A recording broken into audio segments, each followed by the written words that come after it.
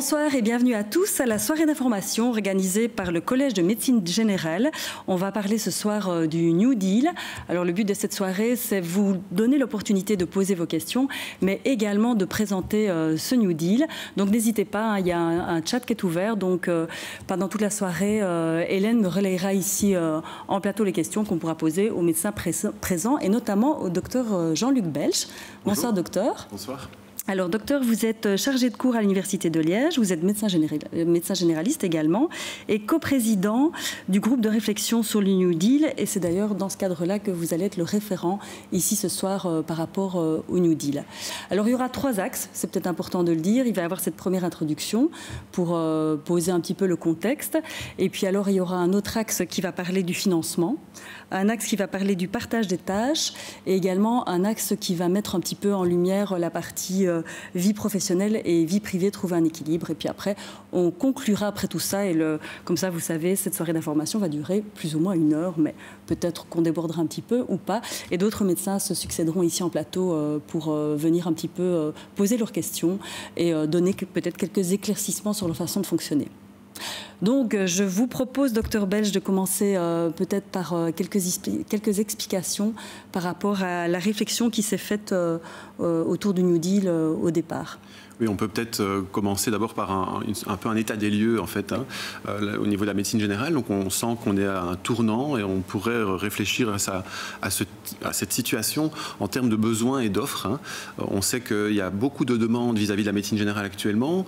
On sait que c'est notamment lié par rapport au vieillissement de la population qui amène plus de maladies chroniques, plus de multimorbidité. Et rien que ça change la manière de travailler. Il y a d'autres besoins qui sont exprimés au niveau de la médecine générale et de la première ligne. C'est des contacts qui sont plus longs, c'est de la coordination, de la concertation, c'est aussi des actions préventives qui sont nécessaires et de la proactivité.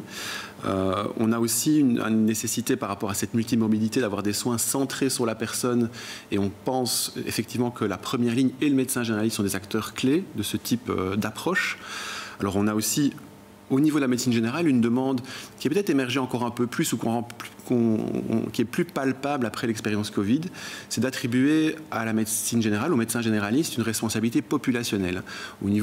Pendant la période Covid, les pratiques de médecine générale se sont organisées par quartier, par commune, via les cercles, pour prendre des activités vraiment de responsabilité populationnelle, en organisant le testing, en organisant la vaccination par la suite, en faisant des stratifications des risques à partir des dossiers.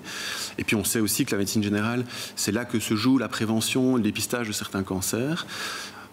Récemment, on a parlé du Covid, mais d'autres crises se sont présentées. Si on prend la vallée de la Vesdre à Liège, les premiers impactés étaient la médecine générale et les premiers acteurs sur le terrain, c'était aussi la médecine générale. Donc on sent une demande de responsabilité populationnelle par rapport à sa patientèle, par rapport à sa région, qui est accru, on va dire, par rapport à la médecine générale. Et alors, face à ces besoins qui sont accrus, on a aussi une offre qui est plus faible. On connaît la démographie du médecin généraliste. On dit le médecin généraliste, c'est typiquement un homme de 60 ans et une jeune femme de 40 ans. Et on parle de vagues, hein, il y a 2 vagues de médecine générale. Et ces vagues-là ne sont pas de même ampleur. Et donc, on ne pourra pas remplacer nécessairement tous les médecins généralistes qui approchent la pension par des jeunes recrues qui, par ailleurs, ont des aspirations de travail qui sont différentes. On n'est plus nécessairement à un volume horaire, un volume hebdomadaire élevé. On en parlera d'ailleurs. Voilà, ouais. C'est tout à fait une volonté d'organiser un autre équilibre vie privée, vie professionnelle. Et face à ce déséquilibre que l'on a en termes de besoins et d'offres, il y a des résultats. Et les résultats, c'est que globalement, en termes de maladies chroniques, on pourrait probablement faire un peu mieux. On pourrait avoir des hospitalisations qui seraient évitables. On a des suivis post-hospitalisation pour des maladies chroniques qui sont trop faibles. On a des couvertures de dépistage de cancer qui sont aussi, qui diminuent, des couvertures vaccination grippe qui diminuent d'année en année. Et ça, c'est un élément important. Et puis, face à finalement ce déséquilibre, ceux qui payent sur les médecins généralistes et qui en arrivent à se dire « stop, je ne prends plus de nouveaux patients ». Des enquêtes récentes estiment à plus ou moins 60% des généralistes qui ne prennent plus de nouveaux patients. Donc ça, on est vraiment du coup dans une situation critique. Et donc c'est une bombe, quelque part, les médecins généralistes sont mis sous pression et donc il y a une probabilité d'avoir plus de burn-out aussi, qui du coup risque encore d'aggraver la situation. Et si le patient n'a pas de médecin généraliste, c'est aussi problématique. Tout à fait. Au niveau populationnel, ça pourrait avoir un impact. Je pense qu'on le sent déjà. Il y a des régions du pays où la difficulté d'avoir un médecin généraliste, elle est vraiment palpable et on peut imaginer les conséquences que ça peut avoir.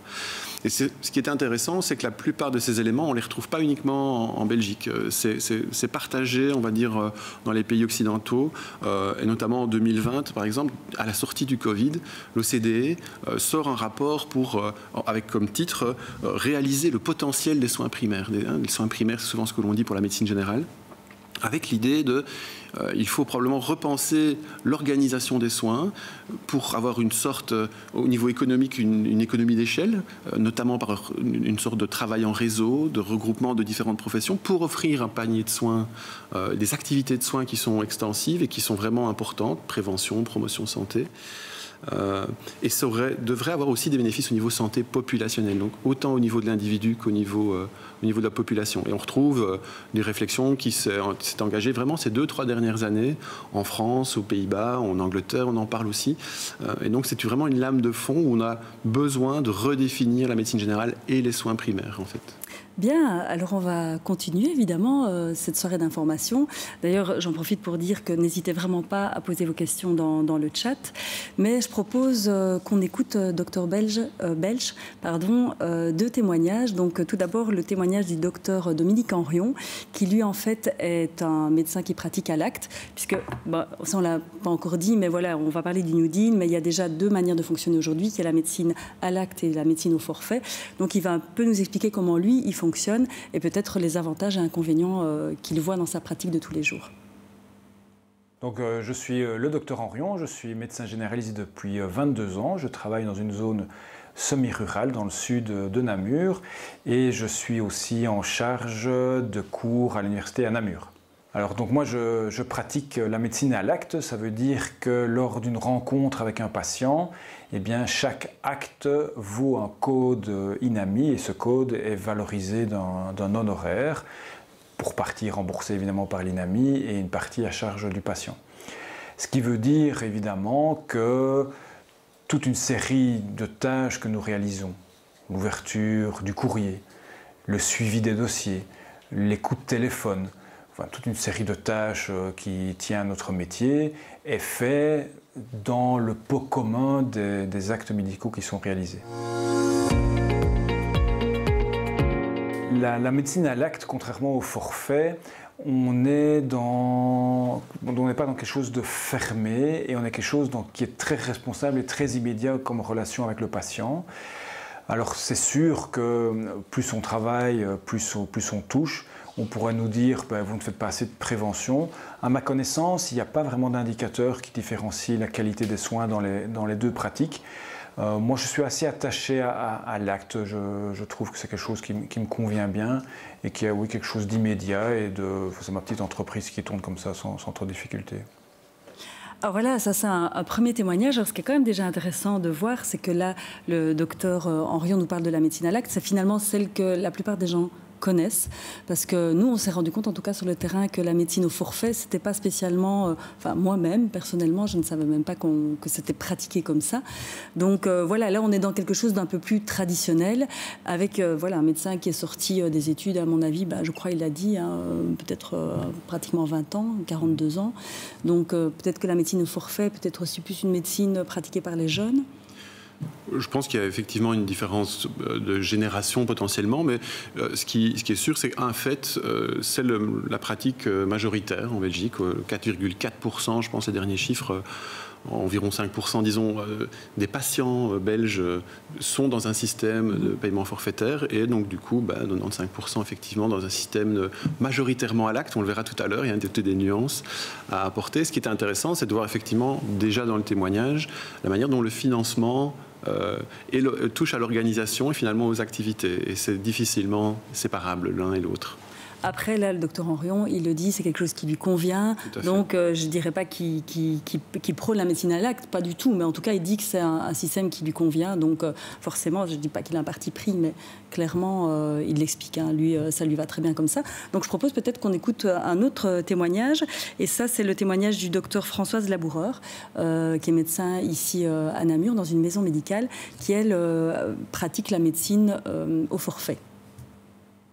Bonjour, je suis Françoise Laboureur, médecin généraliste depuis 1994. J'ai d'abord travaillé avec un médecin solo comme assistante et puis ensemble avec un autre médecin généraliste et une psychologue, nous nous sommes associés. Et puis nous avons créé ensemble une maison médicale, donc une association de santé intégrée qui est née le 1er janvier 2000. Et nous avons d'abord travaillé à l'acte pendant 9 ans et puis nous sommes passés au forfait à partir de 2009.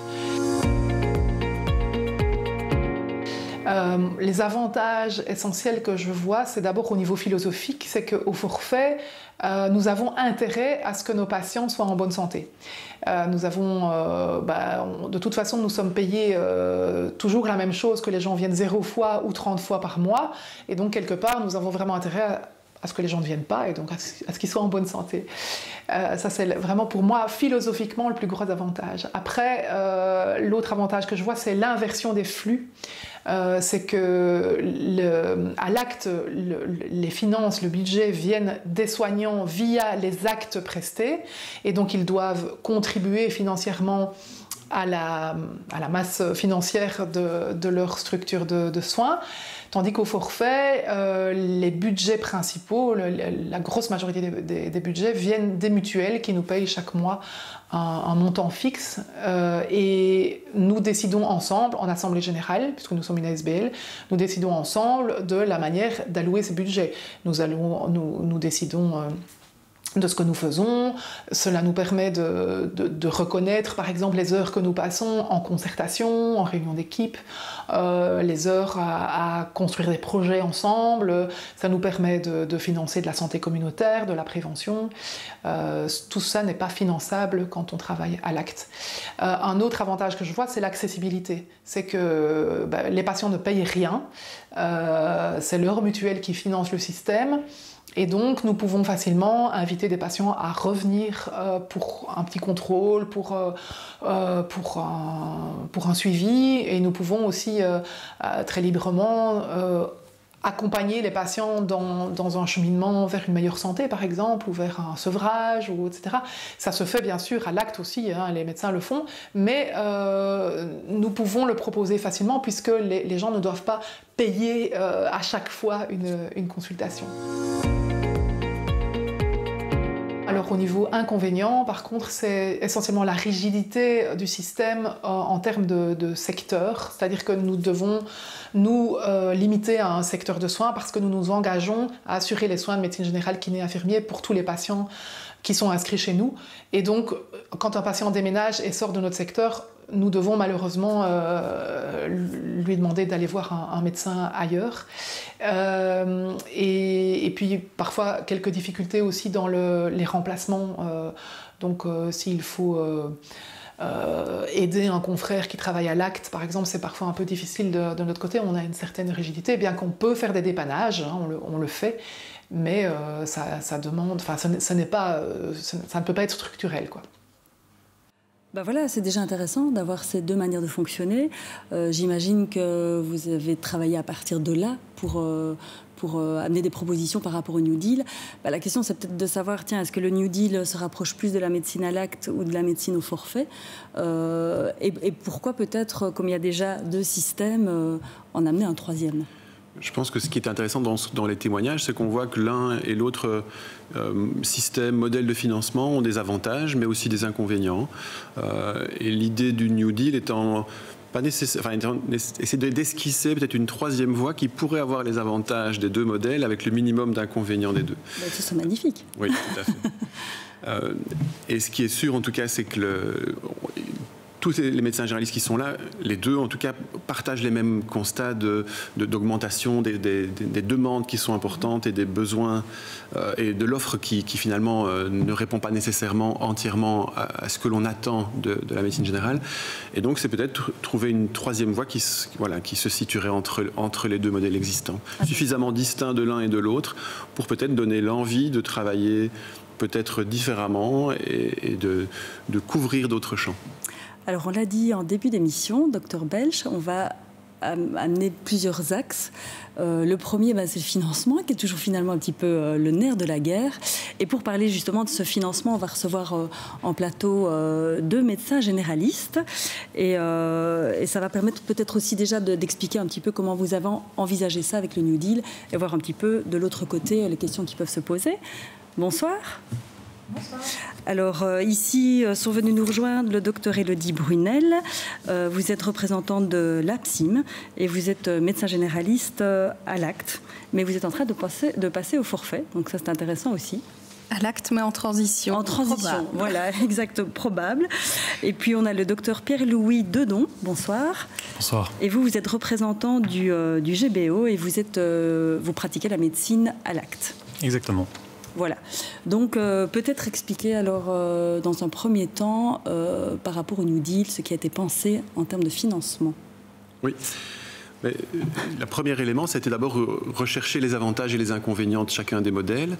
Et ce qui était intéressant, donc, il y a eu toute une enquête de terrain auprès de médecins généralistes. Donc 11 focus groups ont été réalisés un peu dans toute la Belgique, mixant des médecins qui travaillent avec différents modèles de financement, différentes générations, et essayer d'esquisser finalement ce qui est l'avantage de l'un et l'avantage de l'autre.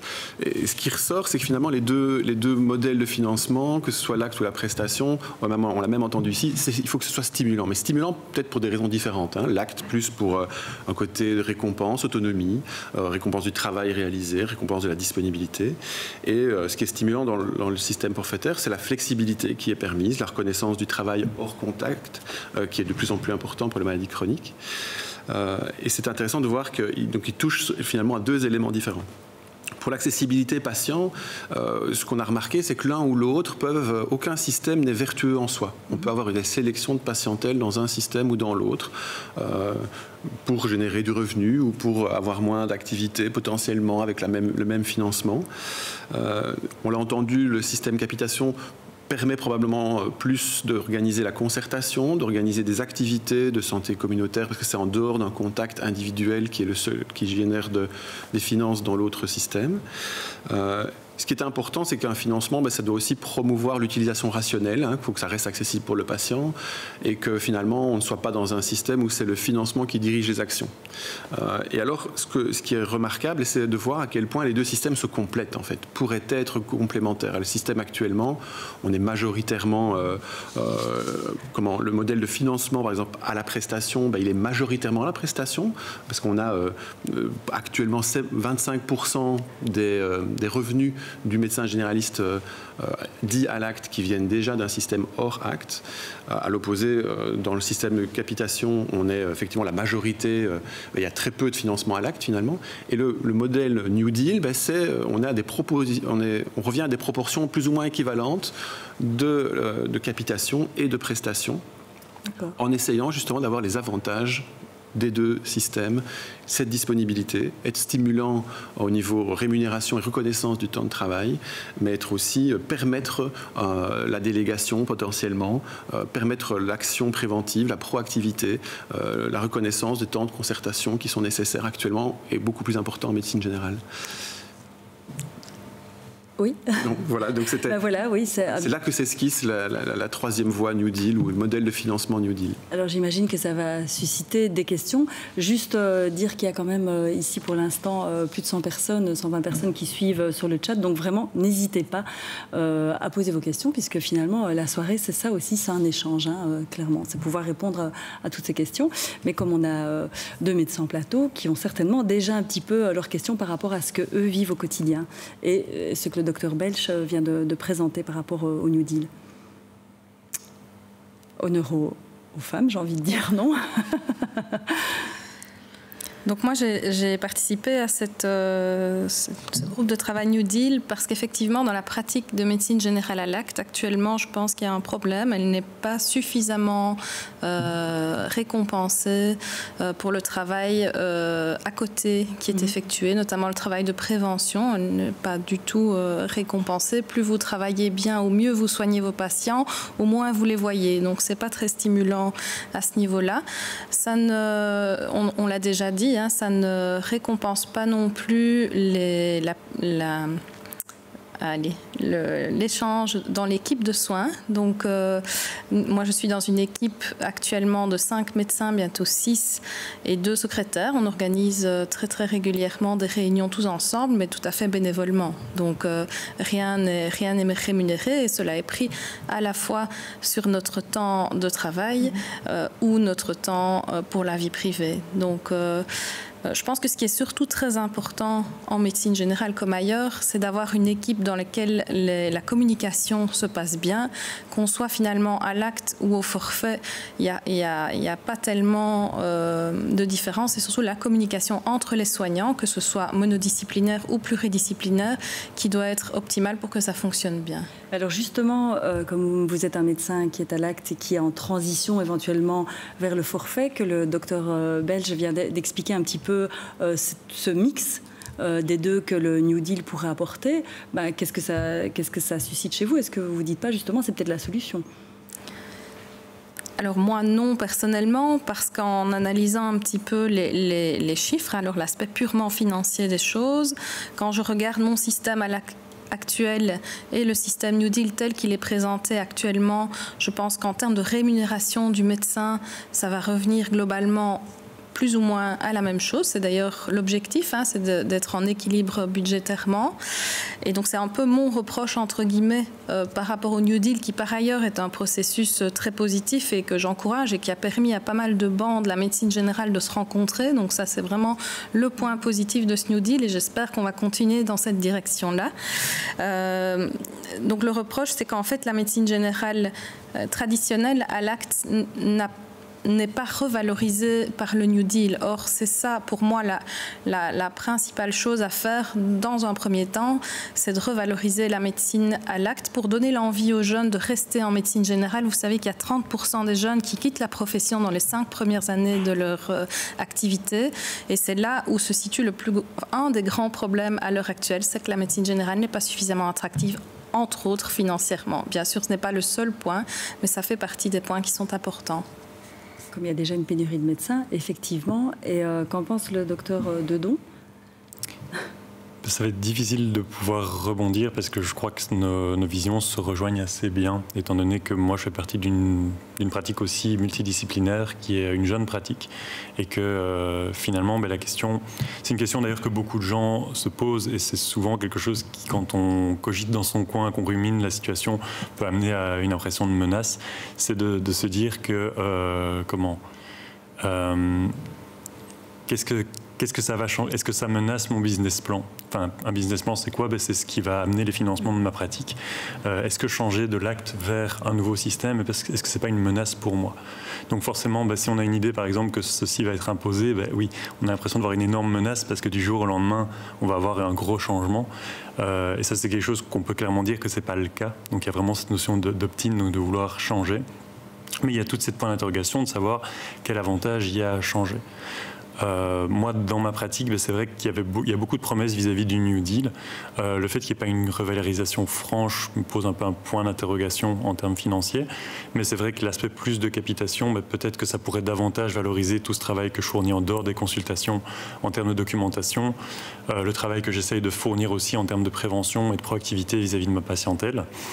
Mais ça reste encore des points d'interrogation pour moi à l'heure actuelle. Donc en l'état des discussions en termes de financement. En sachant qu'il n'y a pas d'obligation non plus, il n'y a pas d'imposition. Il y a 2 lignes rouges qui ont guidé notamment pour le financement. C'est de se dire que ce n'était pas un modèle qui s'impose, c'est tout reste un choix. Maintenant, on peut choisir de ne pas choisir. Et l'autre ligne rouge, c'est que le revenu moyen d'une pratique de médecine générale, comme l'a dit le docteur Brunel, resterait inchangé. Donc on se dit, en soi, finalement, dans l'enveloppe financière de base, un des aspects du New Deal, c'est de travailler dans cette enveloppe générée par l'acte et les financements à la capitation, mais de le réorienter de telle manière à ce que l'on puisse toucher d'autres activités. Donc on va peut-être plus travailler sur la qualité de l'organisation, enfin l'organisation de travail qui sera différente, et probablement un équilibre vie privée, vie professionnelle, parce que comme l'a exprimé la plupart des généralistes, par exemple le DMG, c'est ce qui est le plus perceptible en tant que financement à la capitation. Ça a été vu comme insuffisant pour permettre une planification.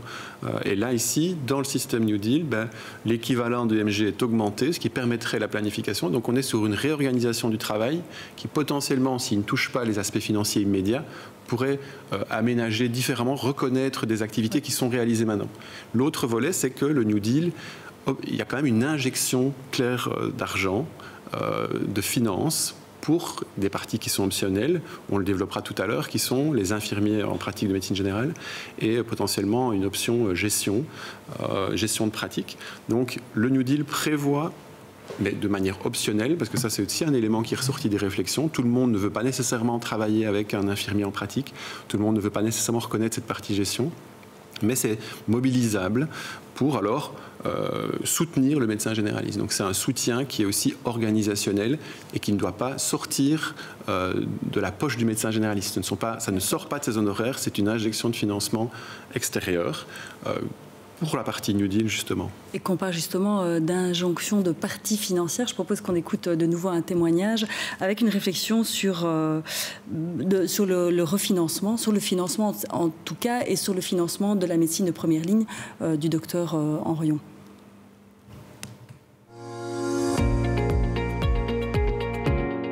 Le refinancement qu'on attend depuis très très longtemps de la première ligne de soins, qui est arrivé mais qui est totalement insuffisant, fait que le système devient difficile à tenir, et on observe depuis quand même quelques années à la fois une demande de toutes sortes, on doit plus s'occuper de santé mentale, plus de prévention, plus de ceci, et en même temps une charge de travail qui ne permet pas de déployer toutes nos missions.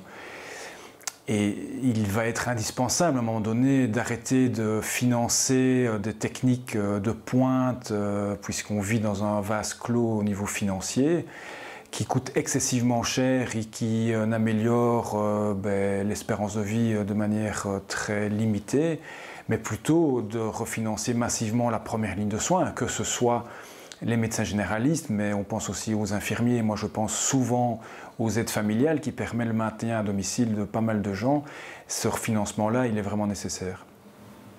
Ça, c'est vraiment une grosse question, évidemment. Et je rebondis juste parce qu'il y a une question des gens qui nous suivent, d'un médecin qui nous suit, qui nous demande quelle est la vraie valorisation pour le temps passé à l'écoute, justement, et à la prise en charge des difficultés psychologiques, notamment, et sociales des patients. Donc voilà, ça fait beaucoup de choses. Donc je vous laisse un petit peu vous exprimer par rapport à votre quotidien et par rapport au New Deal. Bien, c'est vrai qu'à ce niveau-là, l'augmentation de la part forfaitaire, ça pourrait justement permettre de compenser un petit peu cet aspect du temps supplémentaire passé. Donc il y a le fait de l'acte de consultation, donc plutôt pour des soins plus aigus ou alors pour vraiment cet aspect du nombre de contacts, et via la part de capitation, la part un peu plus forfaitaire, avoir cette idée qu'on compense du temps qui pourrait être passé davantage.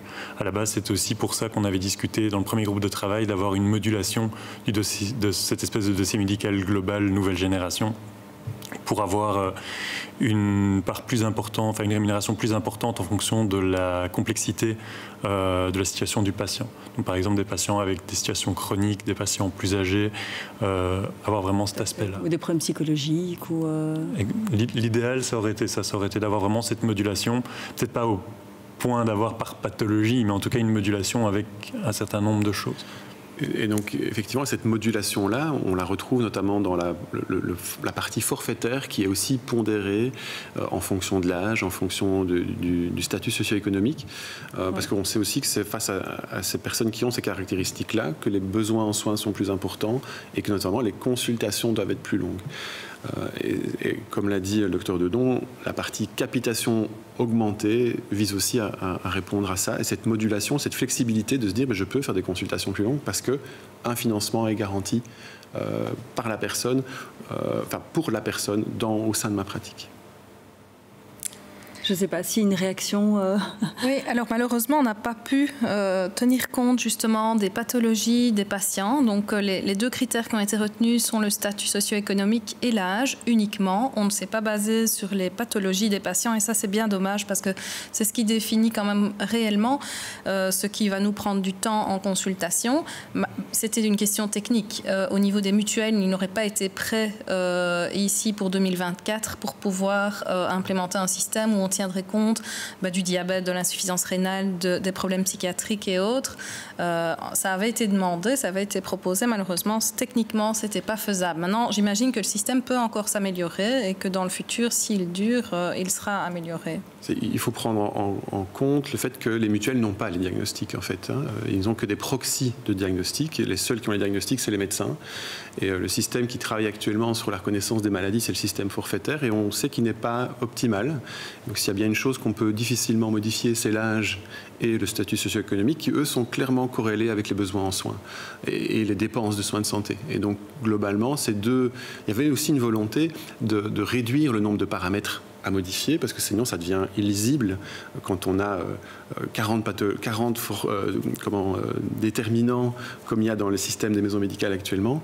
C'est très difficile à piloter. Qu'ici, âge, BIM, ça permet aux généralistes finalement rapidement d'avoir une estimation et c'est peu modifiable aussi, c'est peu contournable. Par contre, voilà, la question a été posée. Aujourd'hui, les questions se posent. C'est quelque chose qui va bientôt se finaliser, le New Deal. Mais le docteur Brunel demandait, est-ce que ça va être évolutif? Comment ça va se passer par la suite aussi? J'imagine que voilà, on essaie quelque chose et puis on améliore en fonction de ce qui se passe sur le terrain. Oui, donc il va y avoir une phase pilote. C'est un terme difficile à utiliser, mais un monitoring serré, en tout cas, des premières pratiques qui passeront au New Deal, avec l'idée de pouvoir modifier ce qui sera à modifier en fonction de ce qui sera observé sur le terrain, tout à fait. Et donc là, une phase de monitoring concernant certains indicateurs des dépenses de santé pourrait amener, au terme de cette première vague d'inclusion New Deal, à modifier le modèle organisationnel et financier. D'accord. Je ne sais pas, docteur Belch, si vous avez encore des choses à dire par rapport au financement. J'imagine qu'il y aurait encore des tonnes de choses à dire et de réactions à avoir. C'est parce qu'on doit effectivement aussi aborder les différents axes, mais... Encore une petite chose par rapport au financement, une petite déception par rapport à l'infirmier de pratique. Donc à l'APSIM, on aurait souhaité que le médecin qui aurait eu besoin de quelqu'un pour l'aider dans sa pratique ait le choix entre un infirmier de pratique ou un assistant de pratique qui n'aurait pas eu la même durée de formation et qui donc aurait permis peut-être plus rapidement d'avoir du personnel à pouvoir engager. Donc ça, c'est une petite déception qu'on a eue. Et puis alors en analysant... Assistant de pratique, c'est secrétaire en fait? Alors c'est un genre de super secrétaire qui aurait eu 2 ans de formation supplémentaire au-delà de son secrétariat médical pour pouvoir nous aider justement dans la gestion de ces dossiers, justement dans tout cet aspect populationnel, prévention, vaccination par exemple, vérifier que tout le monde a eu son dépistage du cancer colorectal, son frottis cervico-vaginal. Voilà, toute cette partie-là aurait peut-être pu être gérée par des assistants de pratique et en tout cas c'était la demande de certains généralistes de terrain de pouvoir faire appel à ce type de profession. Ça sera peut-être le cas dans les années à venir, hein. En tout cas c'est encore en discussion, mais ça fait partie des choses qui vont peut-être encore évoluer dans le New Deal. Et alors deuxième petite déception, alors plutôt personnelle, c'est qu'au niveau des montants alloués pour cet infirmier de pratique, en fait il ne couvre pas l'entièreté de la charge salariale. Ça, il faut quand même avoir l'honnêteté de le dire. C'est encore le médecin qui va devoir compléter la rémunération de l'infirmier de pratique avec ses revenus, les revenus de son travail. Donc ça couvrira à peu près 50-55%. La prime New Deal pour l'infirmier de pratique couvrira à peu près ce montant-là. C'est pas tout à fait ça ou parce que je sens qu'il y a... Si je prends la première remarque, notamment sur l'assistant de pratique, donc il faut savoir qu'il y aura un financement supplémentaire qui sera alloué à toute la médecine générale pour le professionnel de soutien et qui normalement devrait reprendre aussi l'assistant de pratique. La volonté dans le New Deal étant probablement d'être plus ambitieux encore au niveau de la pratique que uniquement le super secrétaire, c'est d'y adjoindre vraiment un professionnel infirmier qui va amener des compétences spécifiques que l'assistant de pratique nécessairement ne va pas pouvoir avoir en 2 ans. Donc ça a été effectivement discuté et je pense en écho aussi avec le sondage de terrain qu'on va découvrir par la suite. Je pense qu'il y a une bonne partie de cabinets qui incluent déjà des infirmiers et qui sont prêts à passer à cette collaboration intégrée. Et alors effectivement, je pense que les aspects financiers, il faut tenir en compte et je pense que c'est un élément je rejoins vraiment le docteur Brunel là-dessus, l'idéal étant que l'infirmier de pratique, le financement ne sorte pas des honoraires du médecin généraliste.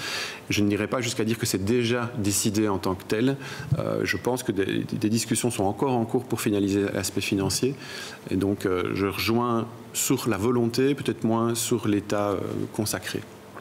Voilà, alors docteur Dedon, avant de clôturer justement ce thème-là, et on se rend compte que finalement les thèmes se rapprochent, puisqu'on parle déjà aussi ici de partage de tâches. Mais... J'ai juste une remarque sur justement l'infirmier de pratique. Je pense aussi que quelqu'un qui a encore sa carte à jouer, parce qu'on parle beaucoup médecin ici, mais il ne faut pas oublier qu'on parle d'un infirmier qui a sa propre commission de concertation au niveau de l'INAMI, et que donc je pense qu'ici il y a encore une carte à jouer à ce niveau-là, et je crois que on va attendre, moi j'attendrai quand même le retour de ces lieux de concertation pour voir un peu comment ça peut évoluer, parce qu'il est possible qu'un budget soit dégagé de ce côté-là aussi. Moi, une remarque que j'avais quand même envie de faire pour un thème positif, c'est vrai qu'on ne l'a pas trop abordé, parce qu'on abordait dans les mini-vidéos, dans les capsules, qu'il y avait parfois des problèmes de rigidité. On voit qu'il y a un problème de perméabilité entre les deux systèmes existants. Et ce qui est intéressant dans la réflexion qu'on a menée, pour quand même finir dans un truc qui, moi, me tenait beaucoup à cœur, c'est qu'il y a une sorte de tuilage. Donc, en fait, il est tout à fait possible, quand on a une pratique New Deal dans le quartier, si on a un médecin à l'acte ou au forfait qui est en difficulté, d'avoir des consultations envers ces patients qui n'ont pas forcément une relation de soins avec la pratique New Deal. Ça, c'est quelque chose qui, moi, personnellement, me tenait à cœur, parce que pendant la crise Covid, on a vu parfois des situations assez compliquées ou problématiques par ce manque de flexibilité des deux systèmes et ce manque de perméabilité des systèmes. C'est bien, on termine maintenant, positif. Maintenant, c'est vrai que je pense que ce qu'on peut retenir, et c'est beaucoup d'écueils, on n'a pas commencé à tous les lister, parce que je pense qu'en fait, c'est les écueils qu'on ressent souvent, c'est pas tant des écueils liés au New Deal, c'est plutôt des écueils liés à des choses qui concernent la crise de la première ligne actuellement. Et le New Deal n'y apporte pas particulièrement de réponse. Et c'est vrai que si on avait amené, en tout cas pas pour le moment, et en tout cas c'est vrai que si on avait mis ces espoirs en se disant ça va être une solution à ces problèmes-là, non, on n'a pas une solution toute faite. Mais ça, je crois qu'on doit être réaliste, et que dans les 10 prochaines années, on ne va pas avoir de solution toute faite. C'est peut-être beaucoup plus complexe que ça. Oui. Je ne sais pas si on peut enchaîner sur le sujet suivant. En tout cas, un grand merci, docteur Brunel et docteur Dedon. Et vous allez être remplacés par 2 autres confrères. Merci à vous. Merci à vous. Et pour justement parler du partage des tâches, alors je pense qu'il va y avoir des frustrations aussi. Par rapport à ce soir, on ne va pas pouvoir répondre à tout, où il y a effectivement énormément de questions. Donc, bonsoir. Donc là, on reçoit en plateau le docteur Véronique Le Tocard. Bonsoir. Vous êtes médecin généraliste dans une maison médicale. Du coup, je ne sais pas si vous pratiquez plutôt à l'acte ou au forfait. Je pratique au forfait, et on appelle maison médicale, mais c'est un centre pluridisciplinaire au forfait. On ne fait pas partie du modèle maison médicale représenté par la Fédération des maisons médicales. On a pu le voir notamment avec le docteur qui a témoigné et le docteur Guy Delray. Bonsoir. Bonsoir. Alors, docteur Guy Delray, vous êtes président de la FACW, oui. C'est ça, et vous pratiquez la médecine à l'acte. À l'acte, oui. Voilà. Donc là, on aborde un autre sujet, même si on n'a pas fini le précédent, et si finalement les deux s'imbriquent quand même beaucoup, c'est le partage des tâches. Et c'est intéressant parce qu'ici, on a déjà 2 profils différents. Quoique je pense que vous travaillez quand même avec votre épouse, c'est ça? Oui, je travaille avec mon épouse, et nous avons aussi une assistante et une secrétaire à mi-temps. Voilà, donc il y a peut-être déjà un partage des tâches, et je ne sais pas si dans la manière dont vous fonctionnez, s'il y a aussi un partage des tâches. Oui, bien entendu, c'est vraiment la base du travail, c'est le partage des tâches, clairement. On est une relativement grosse équipe, avec une grosse équipe médicale, avec aussi chez les médecins différentes compétences, et je pense que c'est aussi un point important à souligner, c'est qu'il y a de plus en plus de spécialisation et de compétences supplémentaires, comme l'échographie, la dermoscopie, etc., qu'on peut avoir, donc c'est aussi un avantage de partager ces compétences. On a des kinés, des infirmières, un secrétariat, accueil, etc., plus toute la partie administrative. Donc, bien entendu, on se partage le travail. Je vais forcément rebondir, si je peux me permettre, sur une réflexion qui est la spécialisation dans la médecine générale. Donc ça, c'est quelque chose C'est plutôt des compétences en plus. Et donc, on a un peu chacun nos domaines de compétences. Et c'est vrai que pouvoir travailler avec d'autres qui ont d'autres domaines de compétences, on peut s'envoyer certains patients pour un problème gynécologique, pour un problème, oui, par exemple, de dermoscopie, etc. Donc ça, c'est intéressant aussi de pouvoir avoir un éventail plus large de compétences qu'on peut offrir dans un cabinet de groupe, certainement. C'est quelque chose qui est prévu, ça, dans le New Deal ? Ce qui est important, c'est que le New Deal, il s'adresse aussi à des médecins généralistes solistes. L'idée est que, bien sûr, à tout le paysage, en fait, tous les différents visages de la médecine générale actuelle, je pense que globalement, le modèle majoritaire actuellement, c'est plutôt une pratique de groupe monodisciplinaire, comme le docteur Delray. C'est vraiment, c'est ce qui est le majoritaire. Et puis après, on a des pratiques en réseau, parce qu'on peut travailler en groupe sous le même toit, puis en réseau, puis la médecine soliste, le médecin vraiment seul, je vais dire. Avec un secrétariat aussi. Et puis alors on a les pratiques. Même, ça existe encore. Parfois sans, oui, tout à fait. Et donc le New Deal s'adresse à tous les profils de médecine générale possibles, en tout cas dans la partie modulation, capitation, prestation. Et ce qui est, ça veut dire que en modulant la prestation et l'acte, au sein même d'une pratique, même en étant seul, cette somme allouée par patient qui serait versée de manière pluriannuelle permettrait probablement d'organiser les soins différemment et peut-être d'organiser une répartition déjà des tâches si le médecin le veut, mais ce n'est pas du tout inclus à ce niveau-là. Donc un médecin qui est seul, alors ça pourrait fonctionner comment dans la version New Deal ? Si donc, je prends par exemple plutôt le profil de l'un et l'autre, mais particulièrement... Donc il faut vraiment distinguer dans le New Deal les deux volets. Le volet, on va dire, minimal du New Deal, qui est cette modification du rapport prestation et capitation. Ce qui veut dire que globalement, si le médecin toucherait une somme plus importante, le DMG qui est globalement connu serait plus élevé et versé à plusieurs moments dans l'année. Ce qui permet pour certains, c'était une volonté de pouvoir planifier l'engagement d'une personne de soutien, secrétaire et des fois infirmier. Ce qu'on a remarqué, c'est que près de 10% des cabinets de groupe monodisciplinaires embauchent déjà des infirmiers de manière salariée actuellement, en prenant sur leur honoraire, mais ça, c'est pas l'objectif du New Deal en tout cas. Et puis l'autre versant, qui est une version optionnelle, et là, qui est de l'infirmier de pratique, qui là est fourni à partir d'un nombre minimal de DMG, on serait à partir de 1000 DMG, et qui pour faire des activités de prévention au niveau individuel et au niveau collectif. Donc c'est là que, je pense, le New Deal ouvre un peu le champ de la médecine générale à des autres professions. Et le professionnel qui est le ciblé, effectivement, si on rejoint la discussion de tout à l'heure, c'est l'infirmier en pratique de médecine générale. Ce serait intéressant, du coup, de savoir l'un et l'autre par rapport à déjà votre manière de fonctionner. Est-ce que vous connaissez du New Deal ou pas, justement ? Est-ce que vous avez des questions par rapport à ça ? Ou est-ce que ça pourrait vous apporter par rapport à la manière dont vous fonctionnez aujourd'hui ? Donc, moi, j'étais dans le groupe de réflexion, donc c'est vrai que j'ai quand même un peu des connaissances du New Deal. Et c'est vrai que dans notre pratique, les infirmières ont un rôle extrêmement important à jouer. Et ça, c'est vrai qu'on fonctionne déjà depuis pas mal d'années. Alors, c'est vrai qu'on voit l'infirmière dans les actes techniques qu'elle fait habituellement. Et on peut lui rajouter certaines choses, comme faire un ECG, faire une spirométrie, etc. Il y a toutes les vaccinations, les soins de plaie qu'elle connaît souvent beaucoup mieux que nous. Ça, je pense que c'est un aspect qui semble assez clair. Maintenant, il y a tout l'aspect éducation à la santé, qui, je pense, est extrêmement important. Et c'est vrai que dans les expériences internationales, et l'expérience aussi chez nos collègues néerlandophones et l'Université d'Anvers qui a mis en œuvre cette formation d'infirmières de pratique, c'est vraiment quelque chose qu'elles peuvent apporter en plus et elles améliorent nettement toute la prise en charge de pathologies chroniques, donc les patients diabétiques, les patients BPCO, les patients asthmatiques, les patients avec des problèmes de santé mentale.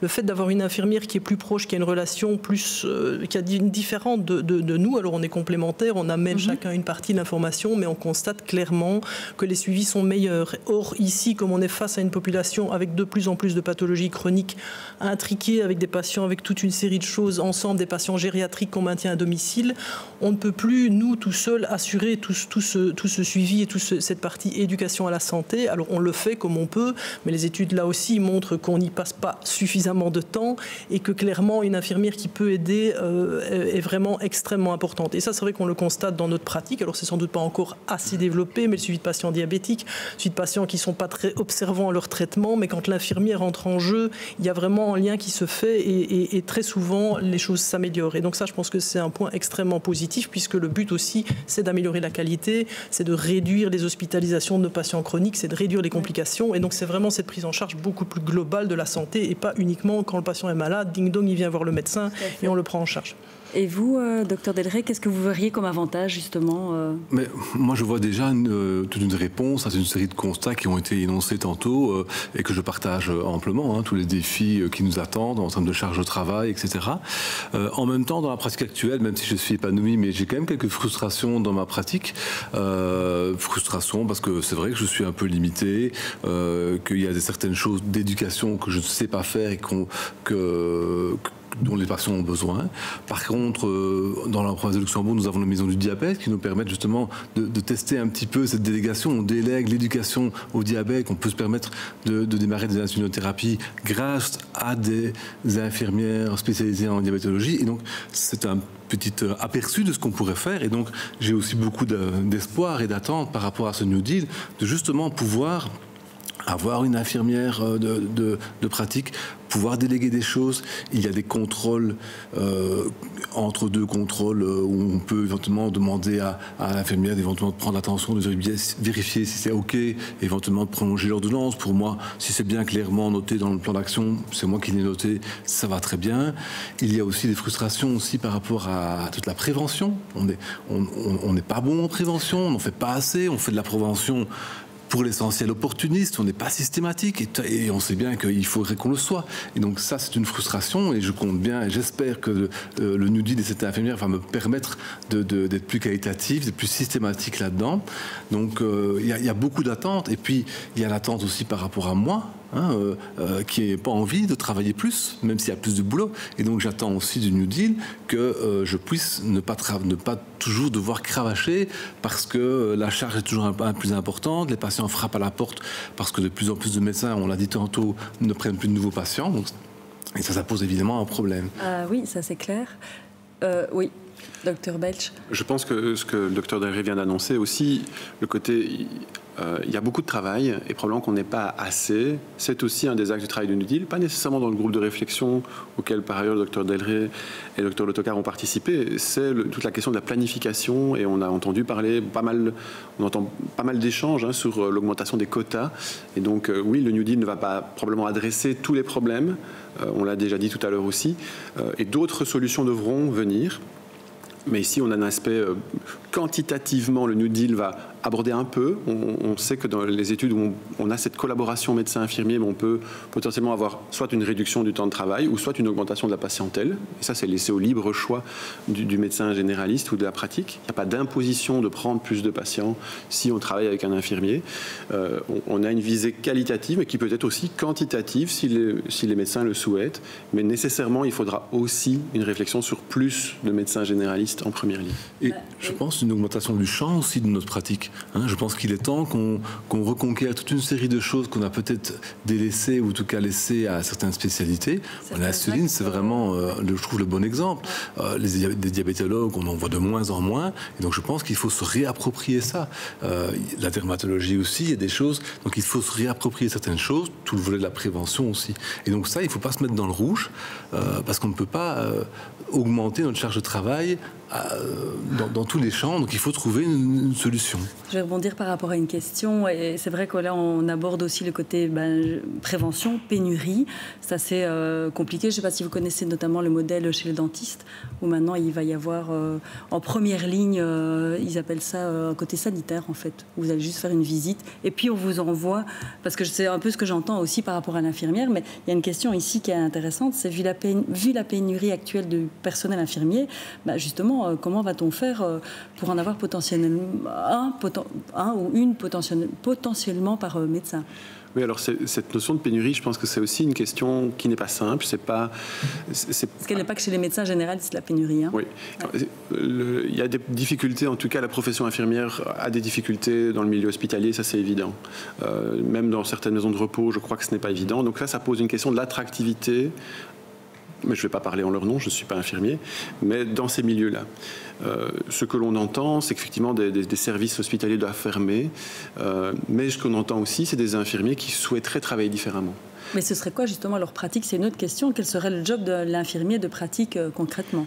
Alors là, je trouve intéressant de distinguer probablement le rôle infirmier ambulatoire qu'on connaît maintenant. Hein, c'est l'infirmière à domicile qui va réaliser principalement des actes techniques parce que pour l'instant, c'est par là que le financement arrive. Et tous les actes intellectuels que le docteur Delray et le docteur Lotokar ont un peu explicités, ils sont très peu financés actuellement. La nomenclature infirmière valorise très peu.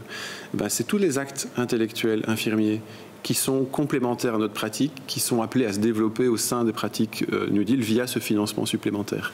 Orienté vers un patient ou vers la patientèle, c'est organiser les campagnes grippe, c'est potentiellement réaliser du soutien clinique avec certains actes techniques qui seraient sous supervision du médecin, mais c'est aussi faire de la prévention, l'éducation à la santé. Et on sait par ailleurs effectivement que ça a un impact positif. Donc c'est un travail assez valorisant, c'est la valorisation d'une profession qui a probablement été dévalorisé sur certains aspects. Donc, quelque part, il faut savoir qu'il y a énormément d'infirmiers qui sont dormants parce que je n'ai pas nécessairement envie de travailler en tant que probablement qu'infirmier dans tel ou tel modèle actuel. Ici, on ouvre un autre champ et les contacts que l'on a avec les représentants infirmiers sont plutôt positifs face à l'ouverture de ce champ. Or, ça pourrait faire une rétention au sein du système de santé. Alors après, je ne pense pas que ça va vider l'hôpital. L'expérience d'Anvers montre que ceux qui font cette formation-là ne viennent pas nécessairement du milieu hospitalier. Je pense que le problème hospitalier, il existe, il faut le reconnaître, il faut que les hôpitaux l'adressent. La médecine générale, pour l'instant, quand elle fait sa propre examen de conscience, se dit probablement que les rôles infirmiers, comme dans plein d'autres pays, seraient un profil de professionnel de soutien vraiment souhaitable. Est-ce qu'il faut s'en priver pour autant? Donc il faut avoir une réflexion globale, certes, mais il ne faut pas pour autant négliger cette piste-là, peut-être qui va revaloriser la profession. Tout à fait, et en revalorisant, du coup, la pénurie sera peut-être moins importante. Et si je peux rajouter une chose qui est vraiment importante et qui ressort aussi de la littérature, c'est que le fait de travailler vraiment en confiance, en collaboration, en communication, et j'avoue que je témoigne que dans notre équipe, on n'est pas à des niveaux différents, les infirmières, elles ont leurs compétences, et le fait de communiquer beaucoup, ça améliore la qualité des soins, ça améliore la satisfaction du personnel soignant, ça améliore le sens qu'on a dans le boulot qu'on fait. Et ça, je pense que c'est hyper important. Et je peux témoigner d'infirmières qui, effectivement, sortent des hôpitaux et des maisons de repos et qui sont très contents ou contentes, je ne sais pas pourquoi c'est toujours des infirmières, mais de travailler, effectivement, dans une équipe où elles sont valorisées dans le travail qu'elles font. Elles ont vraiment un rôle à jouer et c'est hyper important. Et je pense qu'on doit vraiment pouvoir avancer vers ça. Ça, c'est quelque chose de positif, puisque ça fait partie du New Deal et on entend l'un comme l'autre que c'est quelque chose... Peut-être un élément supplémentaire par rapport notamment à ce profil infirmier, c'est qu'il ne vient pas en remplacement des équipes infirmiers de domicile courantes, en fait. C'est aussi quelque chose qui, par rapport au modèle maison médicale, où finalement les soins ambulatoires infirmiers et autant que les activités en cabinet sont compris dans le forfait. Ici, le modèle New Deal, en fait, respecte tout à fait le réseau infirmier existant pour tous les soins à domicile. Tout à fait. On est vraiment dans une activité... Dans le cabinet du médecin, c'est une approche complémentaire. Oui, tout à fait. Donc pas de double financement non plus. Oui. C'est de nouveau quelque chose qui fait que les systèmes se respectent aussi, ça pourrait s'intégrer au mieux dans l'existant. Un peu comme l'infirmière de soins palliatifs. Exactement. Elle ne fait pas le même travail que l'infirmière de première ligne. Ce sera le même genre de comparaison. Tout à fait. Et on a beaucoup d'exemples en fait, où les médecins généralistes déjà actuellement travaillent en confiance avec des infirmiers en maison de repos. C'est quelque chose qui se fait énormément et la crise Covid a montré à quel point ça pouvait être très prometteur. L'ONE, on est aussi sur des binômes. Et alors les soins palliatifs effectivement, c'est... Oui. Alors, on est déjà en fait à 52 minutes d'émission, donc voilà, on doit encore aborder le sujet qui est justement l'équilibre entre la vie privée et la vie professionnelle. Je sais qu'en fait, j'ai l'impression que vous pourrez parler des heures de chaque sujet, donc je peux juste, en tout cas, vous remercier d'être venu participer et que les questions que vous avez posées ici répondent certainement aussi à tous ceux qui nous suivent. Donc, merci. Merci à vous. Et donc, on va passer au troisième axe, Dr Belch, qui est donc l'équilibre entre vie professionnelle, vie privée. Voilà, docteur Lotokar, vous restez, il n'y a pas de souci. On a deux femmes donc pour parler de ça. Et on accueille également ici en plateau le docteur Sonia Goudjil, je dis bien? C'est bien ça. Voilà. Et vous êtes représentante de la... J'ai pas mis mes lunettes, Je suis désolée, de la SSMG. Et vous êtes également médecin généraliste à l'ACT. Tout à fait. Voilà. Gros défi aussi, je pense. Et je proposerais en fait de démarrer par... parce que c'est intéressant de voir un médecin qui a déjà, probablement comme vous aussi, mais plus de 20 ans de pratique, et qui explique un petit peu la différence entre la nouvelle génération des médecins et peut-être l'ancienne génération qui fonctionne différemment et qui a peut-être justement à apprendre dans la nouvelle génération. C'est le magnéto avec le docteur Dominique Henrion.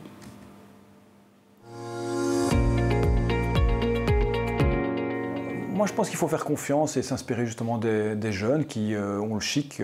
Parfois, ça nous horripile un petit peu, nous, les demi-vieux ou les tout doucement vieux, qu'ils ont à cœur de maintenir une vie familiale avec des horaires plus stricts, avec moins de garde, etc. Donc moi, je pense qu'il faut s'en inspirer parce que probablement qu'on est un petit peu jaloux d'eux. Il faut bien dire les choses. Et donc oui, il y a moyen de faire de la médecine générale. Oui, avec des jeunes, bien entendu. Oui, avec plus de femmes, bien entendu. Mais avec des horaires plus cool peut-être, et surtout du temps pour pouvoir s'impliquer dans plus de projets. C'est vraiment le problème aussi de la médecine générale, c'est qu'on n'arrive pas à trouver des forces vives pour s'impliquer dans 36 000 projets fédéraux, régionaux, européens, etc. Et donc on fait les choses à notre place, ce qui n'est pas bien, mais on ne nous donne pas les moyens non plus de nous libérer. Donc voilà, on a l'impression, en tout cas quand on l'entend, qu'il y a peut-être une différence de génération par rapport à la manière de voir... mais je crois que même en tant que patient, on se rend compte aussi que c'est devenu différent. Est-ce que c'est moins bien Est-ce que le New Deal tient compte de ça, justement? Parce que peut-être que le patient peut parfois avoir l'impression d'une indisponibilité, finalement, de son médecin généraliste, alors que finalement, le médecin généraliste, pour un patient, c'est super important. C'est le médecin de famille. On parle de médecin généraliste, mais c'est à la base le médecin de famille, quand même, qui doit tout savoir du patient, et peut-être que le patient est parfois aussi trop exigeant. Je ne sais pas, ça fait beaucoup de questions, mais... Ce qui est intéressant, surtout, c'est que il y a effectivement une différence générationnelle de la manière dont on veut aborder la profession. On sent que ça change et il faut y répondre. Donc le New Deal doit, en tout cas, avait comme objectif de respecter ces aspirations. Une enquête en ligne avait été lancée au début d'année. Il y a eu un taux de participation assez élevé. On avait plus de 1800 répondants qui ont répondu au questionnaire complet, avec justement une majorité de moins de 40 ans.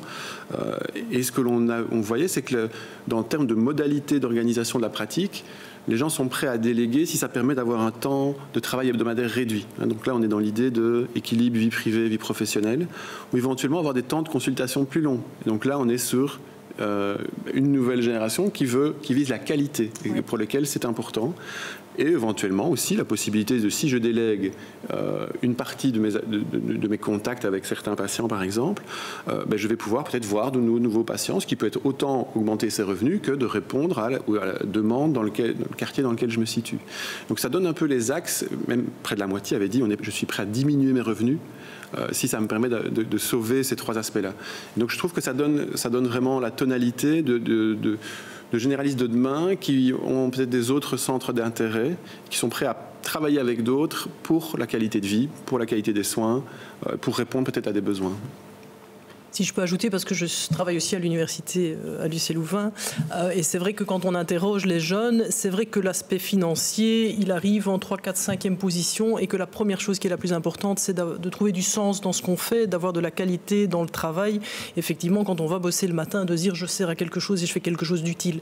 Et donc ça, c'est clair. Et donc on parle de génération Z, peu importe, mais c'est vrai qu'ils ne veulent pas... C'est pas que pour la médecine générale, c'est d'une manière, bien sûr, de manière générale. Et alors c'est vrai qu'on entend beaucoup les patients dire oui, mais les médecins, ils sont plus aussi disponibles qu'avant. C'est clair que les patients veulent leur médecin généraliste 24 heures sur 24, 7 jours sur 7, mais ça, il n'y a rien à faire, c'est pas possible. Donc, d'où l'intérêt de s'organiser, de se structurer pour effectivement avoir quand même un médecin traitant, et c'est tout à fait possible dans une pratique de groupe, avoir un médecin référent. Il n'est pas toujours là en cas d'urgence, mais quand il y a quelqu'un d'autre qui doit être vu, c'est quelqu'un qui connaît le dossier, qui peut contacter le médecin traitant si nécessaire. Donc, il faut que tout doucement... Et ça, c'est quand on travaille en équipe. Quand on travaille, mais il faut que tout doucement on évolue vers ce genre de choses, parce que sinon c'est évidemment... Ça va commencer à devenir compliqué. Ouais. J'aimerais bien peut-être un petit peu nuancer. Donc moi, je travaille aussi en équipe. Aujourd'hui, on est aussi structuré avec un médecin référent et la possibilité d'aller vers un autre médecin. On a aussi un secrétariat. Ça a été dit, je pense que pour les jeunes médecins, moi, ça fait pas encore 20 ans que je travaille, les jeunes médecins ont ont 2 valeurs, je pense, qui sont importantes ici pour leur pratique. C'est 1, le sens, ça a été dit, et 2, je pense que c'est le temps. On a envie d'avoir du temps, on a envie de prendre le temps, autant dans les consultes que pour notre vie privée. Et ça, moi, au niveau du New Deal, je n'ai pas encore de réponse par rapport à ça, dans le sens où j'ai l'impression que ça va me permettre de travailler autrement, parce que je pourrais peut-être déléguer d'autres tâches, plus que ce que je délègue pour le moment avec un secrétariat. Mais en même temps, ce que je délègue, ce que je dégage comme temps, parce que je délègue certaines tâches, c'est dans le but soit de pouvoir accepter d'autres patients, parce que ça, on le sait, c'est une réalité. Il y a de moins en moins de médecins et on travaille de moins en moins, donc voilà, les patients ont plus de mal à trouver des médecins généralistes. Et aussi pour finalement un peu coordonner et gérer un petit peu cette équipe. Parce qu'on a pris tout à l'heure l'exemple de l'ONE. Typiquement, on travaille avec une collaboratrice qui est soit infirmière, soit assistante sociale. Moi, je travaille aussi à l'ONE, et ça aussi, c'est un problème. Hein. C'est les mêmes généralistes qui travaillent au planning, à l'ONE et dans plein d'autres choses. Donc, ça doit aussi être pris en compte. Mais donc, quand je travaille avec cette TMS, que moi, j'appelle encore comme ça, ils ont changé de nom, mais voilà. S'il y a un problème, la responsabilité, elle est sur le médecin. C'est clair, oui. Et ça, c'est typique parce que moi, ça m'est arrivé il n'y a pas longtemps. Et donc, je pense que ça, c'est encore une grosse difficulté auquel je pense que le New Deal ne répond pas complètement.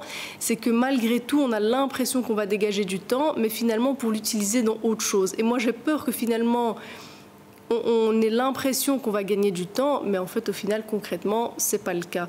Je pense qu'on aurait pu avoir un New Deal beaucoup plus audacieux, mais peut-être, alors à ce moment-là, avec encore d'autres choses qui seront mises sur la table que pour le moment, on n'a pas encore eu. Donc voilà, je pense que l'idée de base est peut-être intéressante, mais je pense qu'il faut encore continuer à réfléchir. Mais j'imagine que la pénurie de médecins aussi engendre le fait que si on dégage du temps, c'est pour prendre d'autres patients et peut-être pas pour sa vie privée. En tout cas, ce qui est sûr, c'est que ce ne sera pas imposé aux pratiques New Deal de prendre plus de patients. Après, on sait aussi que quand on est généraliste dans un quartier et que chaque jour, on a une dizaine de personnes qui demandent à être vues, c'est difficile de dire non. Mais pour l'instant, en tout cas, il n'y a pas d'imposition. C'est évident. En tout cas, ça a été un élément aussi qui n'a même pas été remis en question. Ce qui est sûr, moi je retiens dans ce que le Dr Boudjil dit, c'est une autre manière de travailler. Et effectivement, quand c'est pas connu à l'avance, ça fait un peu peur. Hein. On pourrait avoir cette crainte et je pense qu'elle est tout à fait légitime. C'est pour ça aussi qu'un encadrement des premières pratiques va être organisé, pas uniquement sur le plan financier et légal, mais aussi sur le plan organisationnel. Parce que ça va demander des changements.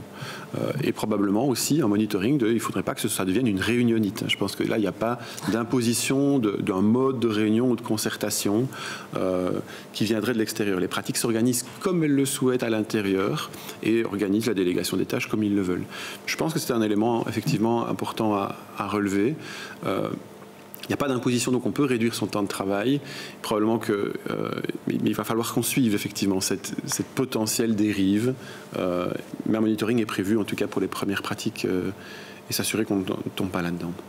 Je pense quand même que New Deal a le mérite de réfléchir à une autre manière de pratiquer la médecine générale. C'est surtout vers ça qu'il faut aller, je pense, avec effectivement le fait d'avoir une vue beaucoup plus globale de la santé, comme on l'a dit. La société change. Et donc la société change. Et donc je pense que voilà, alors c'est certainement pas encore parfait, loin de là, mais voilà, c'est une petite première pierre et on va continuer à avancer. Et je pense que ça a permis de mettre effectivement tous les acteurs autour de la table, d'en discuter et de réfléchir ensemble vers où est-ce qu'on va.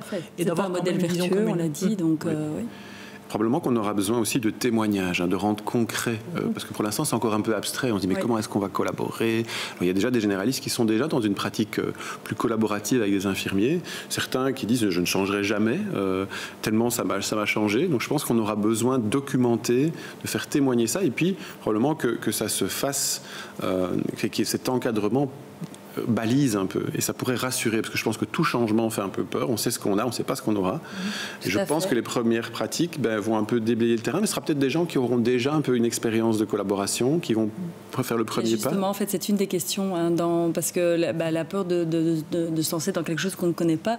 Et là, il y avait une question, est-il prévu une formation de gestion, management pour les médecins qui souhaitent s'entourer d'une équipe aussi?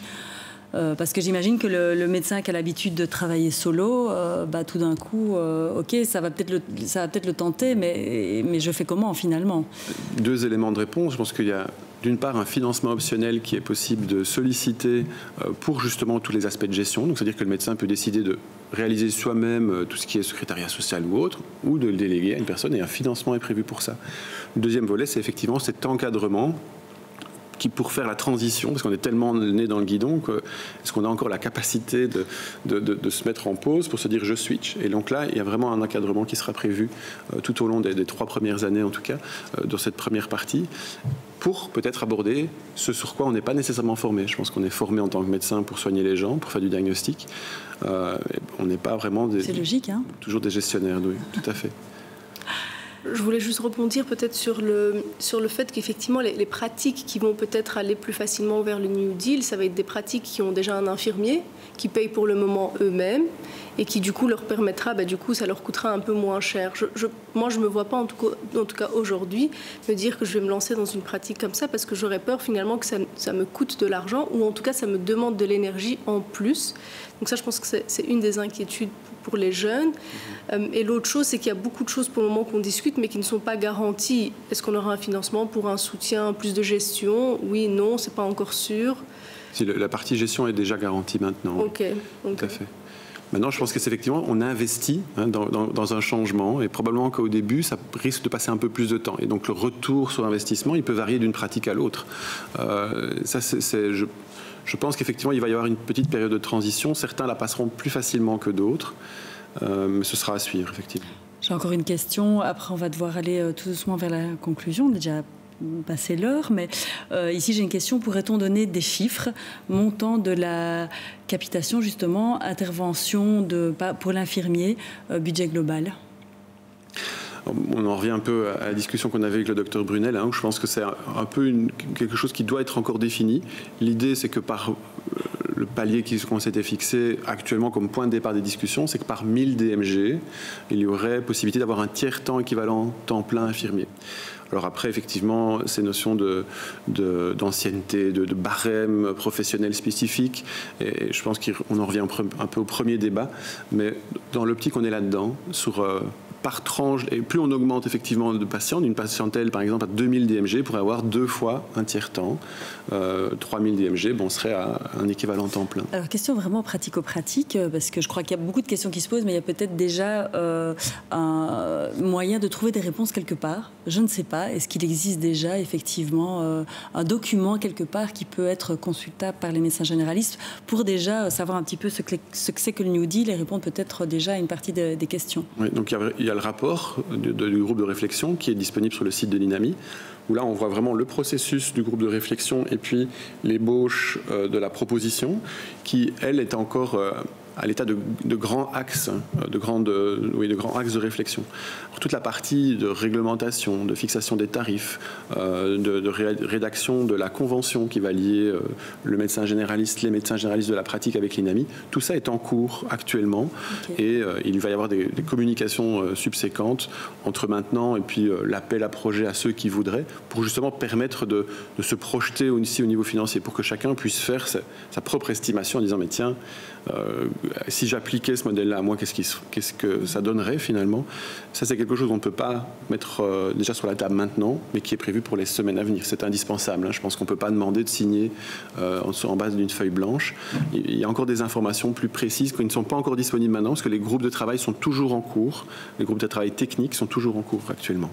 Ok. Et de toute façon, à savoir aussi que par rapport, parce qu'il y a vraiment toute une série de questions que je n'ai pas surlayées, et puis on n'est plus dans les axes et les thèmes abordés, mais voilà, je peux dire déjà qu'il y aura de toute façon une réponse à chaque question qui a été posée sur le site lecmg.be, et également les différentes actualisations par rapport aux suites, par rapport au New Deal.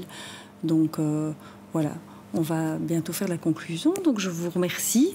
Voilà, docteur Goodil, voilà. Facile. Passons 10 docteur Sonia, c'est bien aussi. Et le tocard d'être venu en tout cas avec vos interventions et votre vécu en tout cas par rapport à la médecine générale. Merci à vous. Alors moi je propose qu'on commence par Magnéto.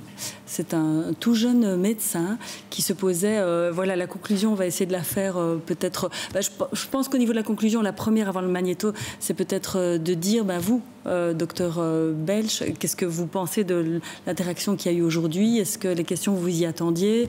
Est-ce que, est-ce que c'est un peu normal ce qui s'est passé? Oui, tout à fait. Je pense que il faut questionner, il faut s'informer et il faut pouvoir avoir un regard critique, quel que soit le modèle. Et je pense que c'est ça que je donnerais le mérite le plus important par rapport au processus New Deal, c'est que ça a permis aux représentants de la médecine générale de regarder les choses en face, que ce soit les deux systèmes existants, et d'en poser un regard critique. On l'a fait avec le terrain en plus, le groupe de réflexion, et donc ça nourrit finalement.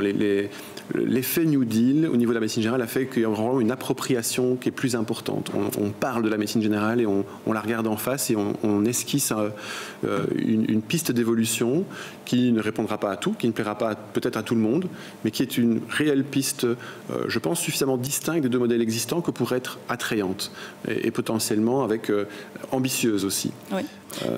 Et c'est un élément qui en soi déjà est pour moi très positif.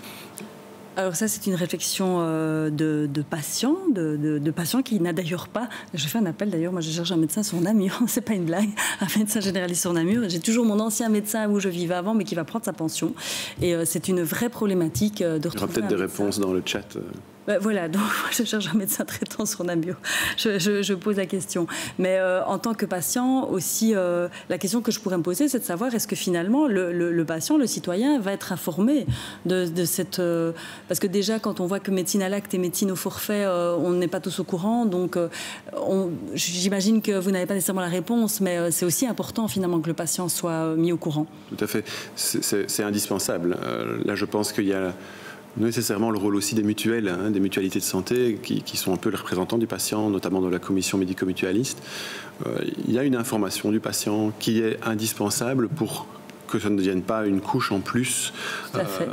On avait déjà souligné le fait que ce système-là pouvait plus facilement s'intégrer avec le modèle majoritaire qui est l'acte. Et puis il y aura probablement quelque chose qui doit aussi s'organiser avec les systèmes forfaitaires, mais une communication est indispensable. Ce en quoi il est droit d'attendre, oui, tout à fait. Oui, parce que parfois, voilà, on arrive avec des choses, peut-être effectivement les mutuelles ou autres, ou le médecin lui-même, mais c'est vrai que la fracture numérique, elle existe aussi, donc les patients, même les personnes plus âgées, il faut aussi une communication simple. Oui. Et c'est pas nécessairement aux généralistes à le faire. Je pense que c'est vraiment au niveau sociétal. C'est encore plus. Ça va de nouveau un déséquilibre. C'est clair. Là, c'est un appel vraiment à ce que les mutualités rendent compréhensible le système de santé et les différentes possibilités. Tout à fait. Alors justement, on va se tourner vers l'avenir, et ça c'est avec le docteur Benjamin Michel, qui lui avait une petite réflexion, et je trouve que c'est assez intéressant, en tout cas, de terminer là-dessus, sur, pas aujourd'hui, parce que le New Deal c'est quand même un peu aujourd'hui, mais demain, et d'autres questions qui sont là plus environnementales. Donc bonjour, c'est Benjamin Michel, médecin généraliste à la maison médicale des Arsouilles, une maison médicale qui fonctionne au forfait et qui a été fondée en 2000. Moi j'ai eu la chance de participer à des groupes de réflexion en tant que représentant des assistants en médecine générale et donc de pouvoir un petit peu entendre les pistes de réflexion sur qu'est-ce qui est important dans le travail d'un médecin généraliste.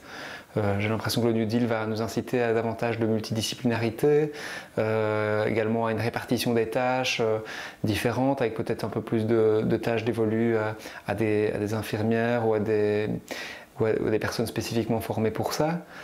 J'espère que le New Deal encouragera aussi la pratique de médecine plus préventive, plus intégrée dans une vision aussi de promotion de la santé.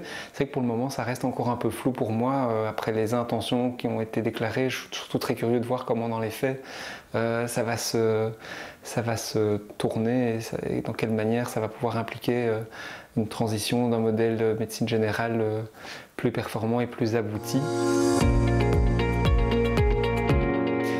Je crois que ce qui doit figurer dans le New Deal, c'est à la fois un regard très centré sur la prévention, mais c'est aussi et surtout, et c'est peut-être un point que je n'ai pas encore assez lu et qui m'interpelle beaucoup, c'est l'adaptation de notre système de soins de santé de première ligne dans un monde qui va changer, qui va être bouleversé, notamment par le réchauffement climatique, et de voir comment d'un côté on peut encourager les soins de santé à émettre moins de carbone, à être moins responsables du désordre environnemental, mais aussi et surtout comment les soins de santé vont pouvoir être plus résilients demain face au changement climatique, à des pénuries de médicaments, d'eau, à peut-être des pannes de courant électrique. Et je crois qu'un modèle qui est réinventé, qui se veut avant-gardiste, qui se veut performant, doit aussi intégrer dans son financement, dans les incitateurs financiers, mais aussi légaux, des manières d'encourager notre première ligne de soins à s'adapter à ce monde en changement. Je pense qu'en tant que jeunes, c'est une préoccupation centrale et j'espère que ce sera pris en compte. Voilà, là j'ai l'impression qu'on a encore un step au-dessus. Clairement, le travail est déjà énorme, mais par contre c'est intéressant. La réflexion est intéressante. Oui, tout à fait, elle est indispensable. Elle est portée ici par un jeune médecin généraliste, mais je pense qu'elle est partagée par beaucoup au niveau de la population, quel que soit l'âge, je crois. Ce qui est certain, c'est qu'une première ligne qui est plus forte, c'est un facteur de robustesse du système de santé. C'est ces systèmes de santé-là qui s'appuient sur une première ligne forte qui seront les plus résilients, les plus robustes à l'avenir. J'aimais bien parce que autant on peut avoir une pratique éco-responsable et souvent on pourrait réduire ça en disant voilà, c'est notre action pour le climat, pour l'empreinte carbone des systèmes de santé, c'est soyons éco-responsables. Mais un autre élément qui a été souligné, c'est la prévention. En fait, la prévention est une manière de réduire l'empreinte carbone du système de santé. Et là, je pense que le New Deal peut toucher à plus de prévention en première ligne. On a pu le dire. En tout cas, c'est ce qu'on espère, c'est ce qu'on attend, c'est les ambitions qu'il y a derrière le New Deal. Ça permet aussi la coordination, en fait, une réduction des actes de soins toujours un peu inutiles. C'est le meilleur moyen de ne pas dépenser, c'est de ne même pas produire de justes soins finalement. Oui, tout à fait. Tout à fait. Donc c'est une situation, la problématique climatique, l'empreinte carbone, c'est complexe. Le New Deal n'a pas l'ambition d'aborder tout ça, mais il participe à sa manière. Et la résilience, c'est encore autre chose, hein. Oui, on parle même de robustesse, dans le sens c'est ça qui permettra de réagir aux fluctuations. J'ai tendance à penser qu'une première ligne forte, organisée, plusieurs professionnels au sein de réseaux, de structures, et on parle aussi de territoire, d'organisation des soins en territoire. Finalement, c'est ce qu'on a vu face au Covid. Si la médecine générale, là où elle a tiré ses plus belles plumes, j'ai envie de dire, c'est dans un mode d'organisation où elle a répondu face à ces défis. Mais demain, c'est les canicules, c'est les inondations, c'est ce qu'on a pu entendre. Je pense que chaque généraliste peut déjà s'impliquer déjà maintenant. Un des premiers éléments pour réduire l'empreinte carbone, c'est de déprescrire, moins prescrire des médicaments et des examens. Et puis je pense qu'il y a tout un mouvement qui se crée. On parle de Health for Future in Belgium, qui essaye de structurer et de rassembler les soignants qui ont cette conscience écologique et de toutes ces questions environnementales. Parce qu'on a quelque chose à faire, clairement. Et on peut le faire au niveau individuel comme au niveau d'une pratique et dans un engagement. Je pense que si en tant que généraliste, on peut aussi dégager du temps pour militer aussi dans ce champ-là, le New Deal pourrait peut-être aussi y permettre. Et ça peut aussi être notre groupe de travail. Tout à fait. Et voilà, et ça pourrait aussi faire justement le sujet d'une autre soirée d'information. Alors, je vais rappeler quand même d'abord, merci, docteur Belch, d'avoir accompagné cette soirée d'information. Je rappelle que toutes les questions qui ont été posées et dont on n'a pas su répondre ici en plateau, la réponse se trouvera sur le site de l'acmg.be et qu'il y aura également l'actualisation du New Deal. Voilà, il y a tout qui se remet en route ici dans le studio sur ce site. Et puis rappelez également qu'on peut aller chercher toute une série d'informations sur le New Deal sur le site de l'INAMI. Notamment le rapport du groupe de réflexion, et je pense que d'autres devront suivre au fur et à mesure de l'état d'avancement du groupe technique en cours actuellement. Alors moi j'aurais une dernière question, et je ne sais pas si on va savoir me répondre dans l'oreillette, mais c'est justement, est-ce qu'on sait revoir quelque part, est-ce que ce qui s'est passé aujourd'hui, cette soirée d'information est visible et sera postée voilà, on me répond sur le YouTube du site du CMG. Donc voilà, si vous l'avez pris en cours, ce sera effectivement posté sur le YouTube du site du CMG. Et là, je pense qu'on a donné toutes les informations pratico-pratiques. Et on remercie également tous ceux qui ont participé et qui ont regardé cette soirée d'information, et les médecins qui sont venus ici, qui ont pris de leur temps et qu'on sait qui est précieux. En plus de tous ceux des représentants, on parle d'élections médicales maintenant, on a besoin de représentants, on a besoin de gens qui parlent pour la profession. Et puis alors aussi tous les généralistes qui ont participé aux enquêtes de terrain, que ce soit les focus group et l'enquête quantitative. Je pense que c'est important. C'est un élément, oui, tout à fait. Un grand merci. Avec plaisir. Et merci à vous de nous avoir suivis. Une belle soirée.